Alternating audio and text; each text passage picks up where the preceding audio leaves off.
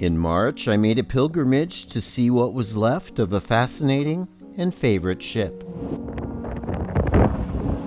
That's the Astoria, the former Stockholm of 1948, being broken up here in Ghent, Belgium. She's been here for about 6 months. And to be a bit more specific, that here is the Galloo scrapyard, a huge recycling facility on the outskirts of Ghent that purchased the laid-up and neglected Astoria last June for a mere 200,000 euros. Galloo is massive and filled with huge piles of steel awaiting shipment to Turkey for smelting. And that's me by Astoria's stern, being drowned out by the freezing wind, along with Dutch historian and artist Onno Heesman and his partner Vadim Markelov. Onno's brilliant photos from this day are available on his website's Patreon page.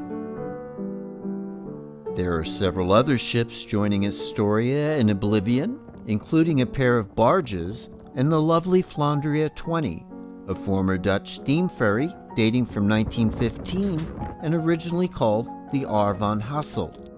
Rather strangely, the funnel of her since-scrapped sister, the Nederlander, the former Sea Bosman of 1915, lies on her aft deck. And berthed just behind them all is the freshly arrived 1974-built French trawler, Joseph Rotti II. That dent occurred at Rotterdam in February 2022 when Astoria was ripped from her moorings by high winds and crashed into a container ship. Much of her remaining superstructure has been cut and readied for removal, waiting for space on the adjacent dock. Here's what the aft portion of Astoria looked like in better days, with a veranda grill-like superstructure and marble-trimmed pool encircled by a promenade that wrapped around her stern. That was all gone by January when the structural demolition came to a halt, but internally, the stripping process has been ongoing. According to their website, Astoria will yield 12,000 tons of ferrous and non-ferrous metal, wood, glass, and plastics, 97% of which will be turned into renewable raw materials. Unfortunately, almost everything, including items that could be sold and repurposed, has been or will be destroyed. For example, the double porthole windows in the dining room, which date from 1948. All of the Italian artworks commissioned for the ship have been trashed, despite attempts to save them. The breaker does not respond to inquiries or denies that these things, which were still on board, even exist. Astoria was filled with Murano glass fittings that could easily have been sold for a handsome profit. Even some of the Galloo workers lamented that this was all trashed. The glass art surrounding the buffet was extraordinary and one of a kind. My favorite glass panel was in the aft lobby, featuring intricate and colorful inlays. The chandeliers were also works of art here. Thankfully, I'm told the Stockholm bell was returned to its owner, but this was destroyed for no reason other than laziness and a lack of respect. The same goes for the stained glass in the ship's chapel. If they couldn't be bothered with selling it, couldn't they just donate it to a charity? But the biggest crime was the destruction of the two original Emilio Tadini artworks in the show lounge and adjacent foyer. The Milan-based artist, who passed away in 2002, was celebrated for his graphic painting style. His works deserved a better fate.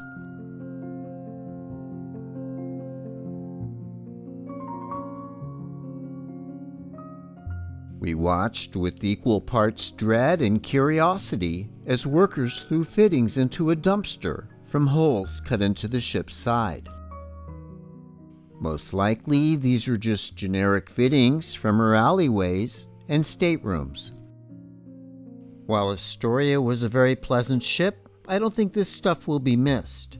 And yes, I am aware that the son of one of the workers filled his car with random things like these brass tables from the nightclub.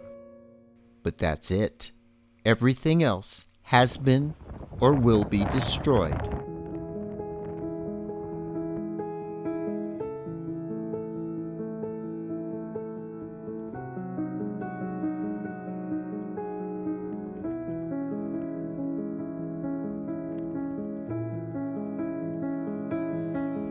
I get that you can't save every ship, but as a responsible recycler, you could at least show a little respect, and would it hurt to add to the profit line to sell useful and meaningful things, in lieu of breaking them down into raw materials, if that's actually what you're doing.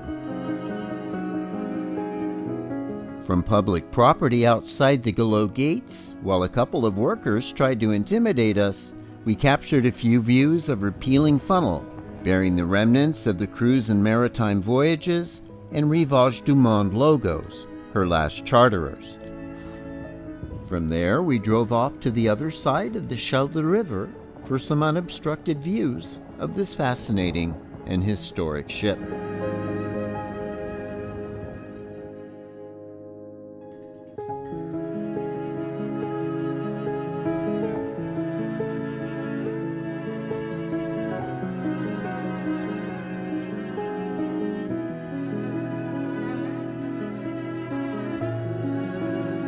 For a little comparison, this is some footage I shot of Astoria departing Tilbury in March of 2018.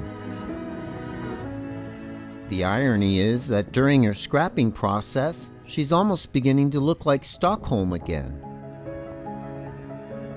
As the sleek white Viking Stockholm, she was Swedish American Line's first post-war liner.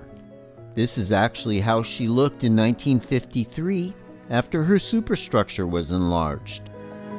And yes, this is what she looked like on July 26, 1956, the day after she collided with and sank the ANDREA DORIA. And no, that Brooklyn-built bow didn't do it. What was left of Stockholm's bow is in ANDREA DORIA's debris field, and parts of it are still embedded in the Doria's decaying starboard side. In 1960, Stockholm was sold to the East Germans and renamed VOLKERFREUNDSCHAFT. Her fascinating career and a detailed tour will eventually be featured here. In 1993, she was completely rebuilt in Italy, the irony being that all of her original Swedish American Line artwork and fittings were thrown in the trash. And now, her Italian artwork and fittings are being thrown in the trash. How history repeats itself. And so it was, on a busy Monday March afternoon in Belgium, as the sun battled the clouds and the light gradually turned in our favor. Even in her doting years, she was a wonderful alternative to the prevailing megaships. And who knows, were it not for COVID and the temporary collapse of the cruise industry, she might still be sailing. Another irony, as if there aren't enough of them, is that while almost all ships get scrapped or end up on the ocean floor, this one has managed to do both. One day very soon, a large crane is just going to lift that funnel and the rest of her upper decks off the ship's hull. And for those of you who cheer on this ship's demise and blame her for sinking the Doria, no need to comment here. As my Brit friends would say, sod off. Ships don't kill ships, people do. And if you should happen to be on a river cruise anytime soon, calling at spectacular Ghent, be on deck 15 minutes before arrival and after departure for a dramatic view of a vanishing historic ship. Once our iPhones and cameras were fully sated, we made one more drive-by and said our final farewells. Astoria, you will be missed. Please check our Astoria playlist for our prior updates, and special thanks to my partner Mike Messino for driving that day. And don't forget to check out that AutoZone.com website.